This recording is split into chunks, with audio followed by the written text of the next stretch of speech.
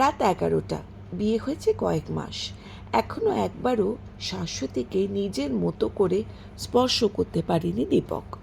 আজ সারা দিন ধরে ভেবেছে, যাই হয়ে যাক, রাতে আজ ওর শরীর ছুঁয়ে দেখবেই। বেডরুমে হালকা নীল আলো জ্বলছে। দীপক দেখল শাশ্বতী পাশ ফিরে শুয়ে, ঘাড় থেকে কোমর পর্যন্ত মাঝখানে ব্লাউজের জায়গাটা ছাড়া পুরো পিঠ উন্মুক্ত। আরেকটু গা ঘেঁষে শুলো দীপক। ফর্সা কোমল টান টান মসৃণ পিঠে দীপকের নিঃশ্বাস তখন শাশ্বতীর পিঠে। ও কি বুঝতে পারছে না, নাকি বুঝেও ইচ্ছে করে পাশ ফিরে শুয়ে আছে? দীপক ভাবে। ডান হাত ভাঁজ করে তর্জনীটা সোজা করে বাকি আঙুলগুলো সযত্নে মুড়ে রাখে। দুদিকে দুটো পিঠ যেন শিরদাঁড়ার কাছে এসে হালকা হয়ে নেমে গেছে। লম্বা শিরদাঁড়া দুধারে অদ্ভুত এক গাণিতিক সাম্য যেন পিঠে। একটা লোমও নেই কোথাও। সারা পিঠে যেন মোমের প্রলেপ। জ্যোৎস্না রাতে সমুদ্র তটের মতন মায়াবী এক আকর্ষণ। দীপকের নিস্তরঙ্গ সমুদ্রে আস্তে আস্তে করে যেন ঢেউ ওঠে। এভাবে আগে কখনো নিরীক্ষণ করেনি শাশ্বতীর পিঠ। তর্জনীর শিরদাঁড়ায় ছোঁয়ামাত্র তার সারা শরীরে যেন বিদ্যুৎ খেলে গেল। শ্বাসের গতি বাড়তে থাকে। আঙুলটা একদম ঘাড় থেকে শুরু করে আস্তে আস্তে নামতে থাকে একেবারে কোমর পর্যন্ত। এক মুহূর্তে থেমে তর্জনীর বদলে এবার মধ্যমা দিয়ে শিরদাঁড়া প্রণালীতে আঙুল চালিয়ে ওপরে উঠতে থাকে। বেশ কয়েকবার ওপর নিচ করার পর নিজের উষ্ণতা আর কাঠিন্য অনুভব করে সে নিজেই। গল্প সঙ্গে চায়ের আড্ডায় আমি ইন্দ্রাণী। আজকের গল্প আকর্ষণ। বন্ধুরা, আপনারা যারা আমার এই চ্যানেলটিকে প্রথমবার শুনছেন, যদি আপনাদের ভালো লেগে থাকে তাহলে চ্যানেলটিকে অবশ্যই সাবস্ক্রাইব করে আপনাদের মতামত দেবেন এবং একটি লাইক দেবেন। শুরু করছি আকর্ষণের পরবর্তী অংশ। কিন্তু শাশ্বতীর পিঠে লোমকূপের কোনো পরিবর্তন হয় না কেন? এই রকমভাবে স্থির, অদ্ভুত শীতল যেন, ঠিক যেন হিমশৈলের মতন। গনগনে রক্তিম লোহার টুকরোকে যেমন শীতল চৌবাচ্চায় জলে ডোবালে জলের উষ্ণতার কোনো পরিবর্তন হয় না, কিন্তু লোহা মুহূর্তেই শীতল হয়ে যায়। ঠিক তেমন অনুভূতিতে দীপকও হঠাৎ যেন শীতল হয়ে যায়, পাশ ফিরে শুয়ে পড়ে। কেন এই শীতলতা শাশ্বতীর? কথাটা বেশ ভাবিয়ে তোলে দীপককে। অনেকবার চেষ্টা করেছে দীপক তৃষাকে ভুলবার, পারেনি। খুব ভালোবাসত তৃষাকে। তখনও চাকরি পায়নি সে, টিউশন করে কিছু উপার্জন করত। এদিকে তৃষা চাপ দিতে থাকে বিয়ের জন্য।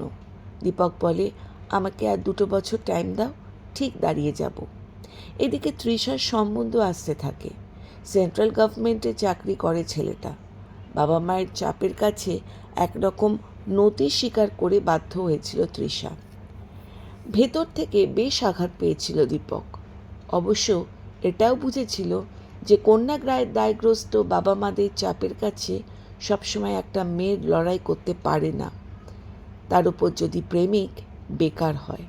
যদিও তৃষার বিয়ের বছরখানেকের মধ্যে দীপক স্কুল মাস্টারি চাকরিটা পায়, কিন্তু ততক্ষণে অনেক দেরি হয়ে গেছে। শাশ্বতীর মধ্যে তাই যেন তৃষাকে দেখতে চাইত দীপক। সেই রাতেও তৃষাকে মনে করে শাশ্বতীর কাছে পেতে গিয়েছিল দীপক, কিন্তু অপর প্রান্ত থেকে সাড়া না পেয়ে আর এগোতে পারেনি। শাশ্বতী ভাবে, বিয়ের পর এতগুলো সপ্তাহ পেরিয়ে গেল, তাদের সম্পর্কটা একটুও যেন এগোয়নি। দীপকের যেন তাকে নিয়ে কোনো উৎসাহই নেই। ওরও যেন দীপককে নিয়ে এক অদ্ভুত নিষ্পৃহতা। পাশাপাশি দুজন মানুষ একই ছাদের তলায় যেন দুটো সমান্তরাল জীবন, মেলে না। কিন্তু ওকে তো ভুলতে হবে। বিয়ের আগে রথিনকে নিয়ে তাদের সম্পর্ক। দুজন দুজনকে ভালোবাসত খুব। কারো বাড়ি থেকে কেউ জানতো না এই সম্পর্কের কথা। রথিন চেয়েছিল বছর 4 সময়। বলেছিল এমএসসিটা পাশ করে চাকরি করে পিএইচডিতে ঢুকেই ওরা বিয়ে করবে। 4টে বছর, সে তো অনেক সময়। কি গ্যারান্টি আছে যে রথিন আমেরিকায় গিয়ে ওকে ভুলে যাবে না? বেশ ভয় হয় শাশ্বতীর। তবুও রথিন ওকে কতবার করে বুঝিয়েছিল। রথিন আমেরিকায় চলে গেলে ওদের মধ্যে যোগাযোগটা কমতে থাকে। বাবা মায়ের প্রচণ্ড চাপ, একটার পর একটা ভালো সম্বন্ধ আসতে থাকে। এদিকে রথিন আরও কিছুদিন সময় চায়। ওর পক্ষে আর দেরি করা সম্ভব ছিল না। শেষে বিয়ে হয় দীপকের সাথে। তবুও মন থেকে মুছতে পারেনি রথিনকে। ছেলে হিসেবে খুব ভালো ছিল। একবার ভাবতো অপেক্ষা করলে হয়তো রথিনের সঙ্গেই ওর বিয়েটা হতো। কিন্তু সেটা যখন আর হলো না, দীপককে স্বামী হিসেবে তাকে মানতেই হবে।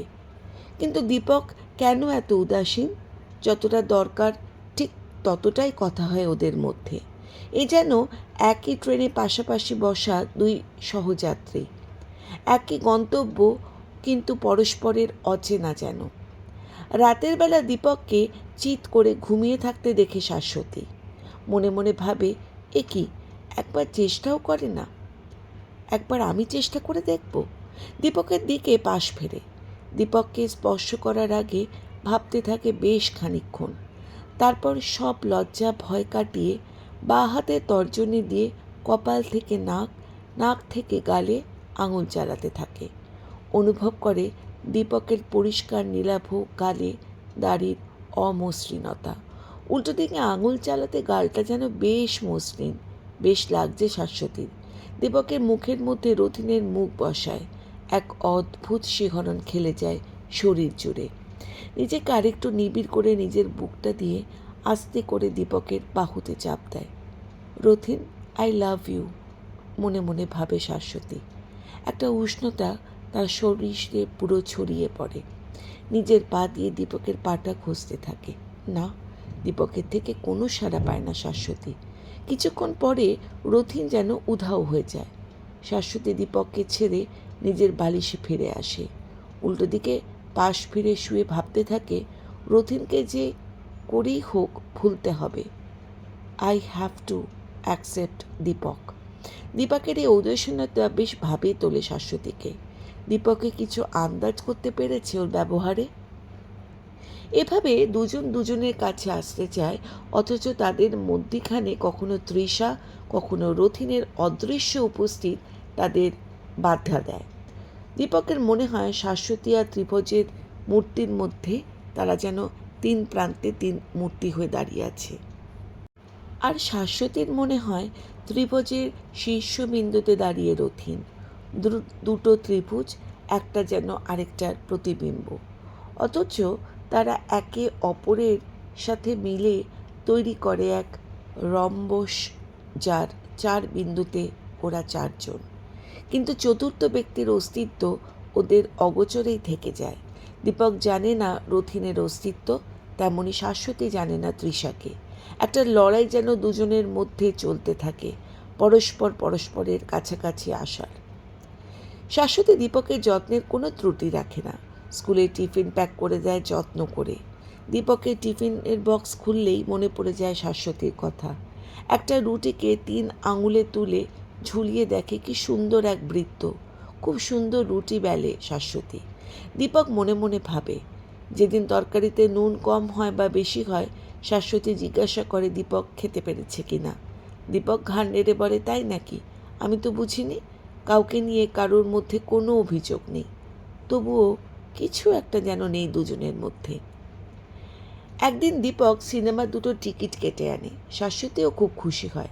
রিক্সা করে দুজনে সিনেমা দেখতে যায়। রিক্সার ছোট্ট সিটে একে অপরের সাইড যেন চেপতে থাকে। এই প্রথমবার দুটো শরীর এত কাছাকাছি, এতটা স্পর্শ একসঙ্গে।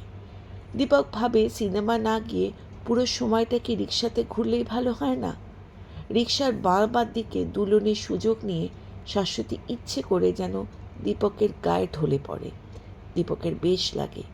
সিনেমা শুরু হয়। সবার আলাদা আলাদা সিট। রিক্সার মতন যেন ভালো হতো মাঝখানে হাতলটাই যদি না থাকতো। শাশ্বতী ডান হাতটা মাঝখানে হাতলে রাখে। দীপক হাতটা রাখতে যায় এমনভাবে জানে না যেন ওখানে শাশ্বতীর হাত আছে। হাত টাচ হতেই শাশ্বতী হাত সরিয়ে দীপকের হাতটা ওখানে রাখতে দেয়। যদিও দীপক সেটা চায়নি, সে চেয়েছিল শাশ্বতীর হাতের উপরই হাতটা রাখতে। রাত 9টায় শো শেষ হয়। ফেরার সময় আবার রিকশা। এবার একটু নিবিড় করে বসে দুজনে। শাশ্বতীর নরম শরীরে স্পর্শ বেশ লাগে দীপকের। এই প্রথমবার তৃষা বা রথিনের কেউ ওদের মাঝখানে এসে পড়ে না।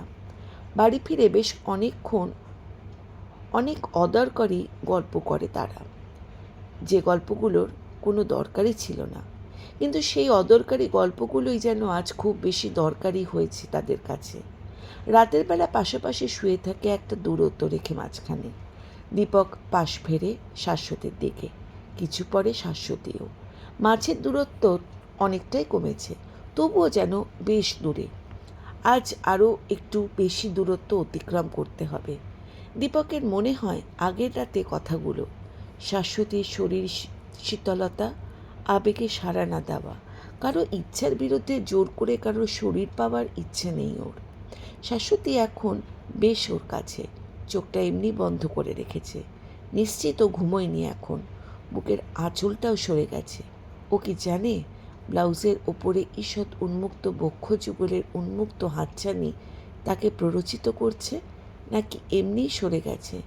যদি আবার ডাকে সাড়া না দেয়, সেটাও তো এক রকমের অপমান। তৃষা হলে হয়তো এখনই ওর বুকে ঝাঁপিয়ে পড়ত, সারা রাত আদরে আদরে ভরিয়ে দিত।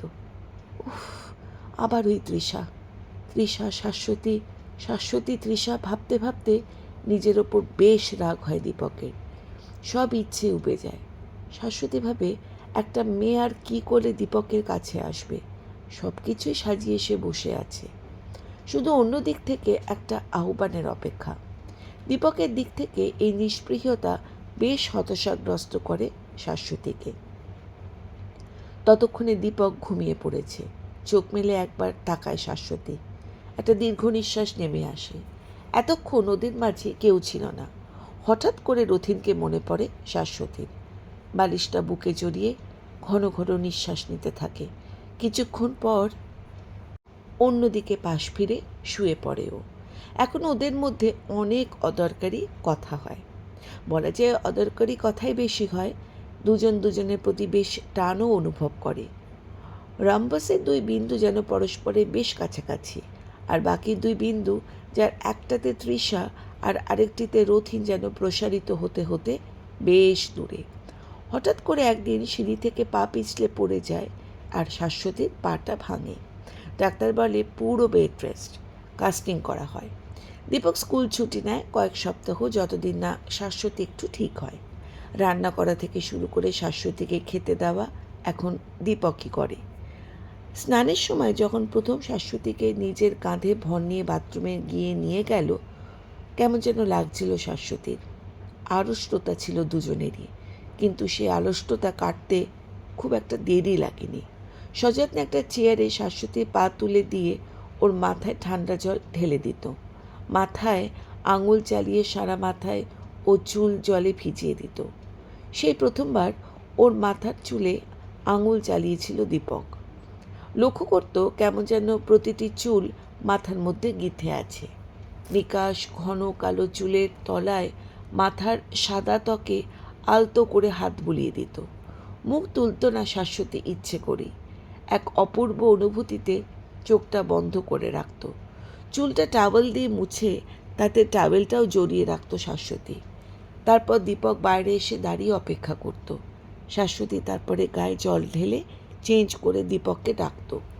দীপকের কাঁধে মাথা রেখে আবার রুমে ফিরে আসত। কয়েকদিন পর দীপককে নিবিড়ভাবে জড়িয়ে ধরতে আর আড়ষ্ট বোধ করেনি শাশ্বতী। ওর বাহুতে অনুভব করেছিল ভালোবাসা, নিরাপত্তার একটা ঘেরাটোপ। সেদিন দীপক ওকে বিছানায় ধরে বসিয়েছিল। জোর করে দীপকের মাথাটা ধরে নিজের ঠোঁটটাকে চেপে ধরেছিল দীপকের ঠোঁটে। দীপক দুহাত দিয়ে জড়িয়ে ধরেছিল শাশ্বতীকে আষ্টে পৃষ্ঠে।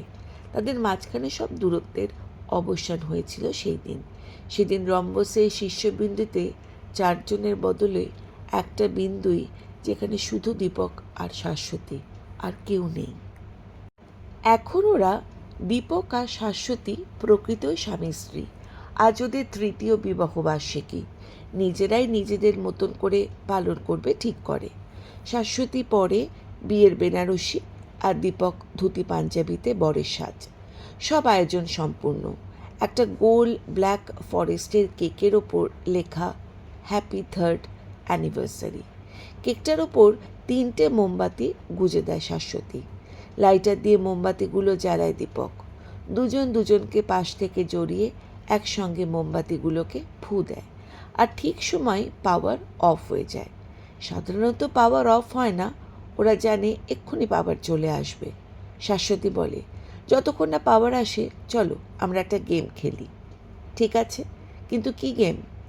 আমরা এমন কিছু বলবো একে অপরকে যেটা আগে কখনো বলিনি। ঠিক আছে, আগে কে বলবে? বর না বউ? বর। বেশ। কিছুক্ষণ চুপচাপ দুজনে। কি হলো, কিছু বলো দীপক।